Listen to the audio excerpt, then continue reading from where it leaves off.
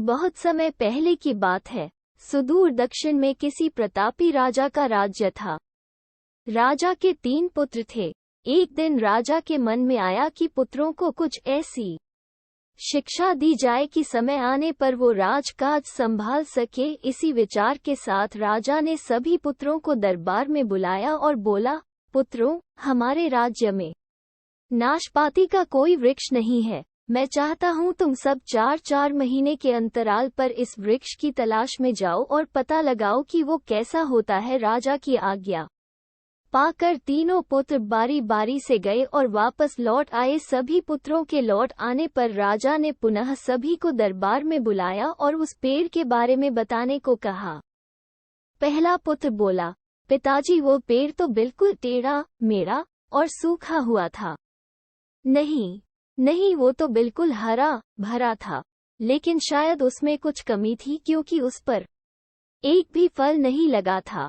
दूसरे पुत्र ने पहले को बीच में ही रोकते हुए कहा। फिर तीसरा पुत्र बोला, भैया, लगता है आप भी कोई गलत पेड़ देख आए, क्योंकि मैंने सचमुच नाशपाती का पेड़ देखा। वो बहुत ही शानदार था और फलों से लदा पड़ा था।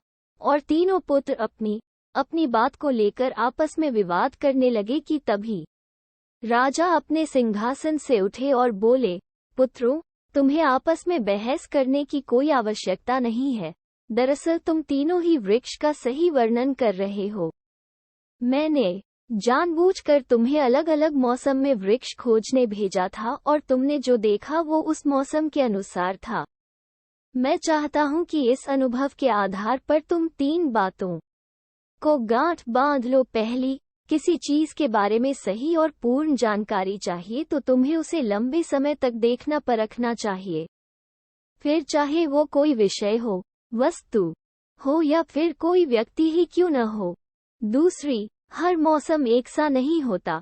जिस प्रकार वृक्ष मौसम के अनुसार सूखता, हरा भरा या फलों से लदा रहता है, उसी प्रकार मनुष्य के जीवन में भी उतार चढ़ाव आते रहते हैं।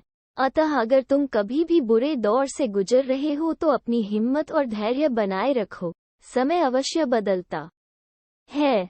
और तीसरी बात, अपनी बात को ही सही मानकर उस पर अड़े मत रहो। अपना दिमाग खोलो और दूसरों के विचारों को भी जानो। ये संसार ज्ञान से भरा पड़ा है, चाहकर भी तुम अकेले सारा ज्ञान अर्जित नहीं कर सकते। इसलिए भ्रम की स्थिति में किसी ज्ञानी व्यक्ति से सलाह लेने में संकोच मत करो।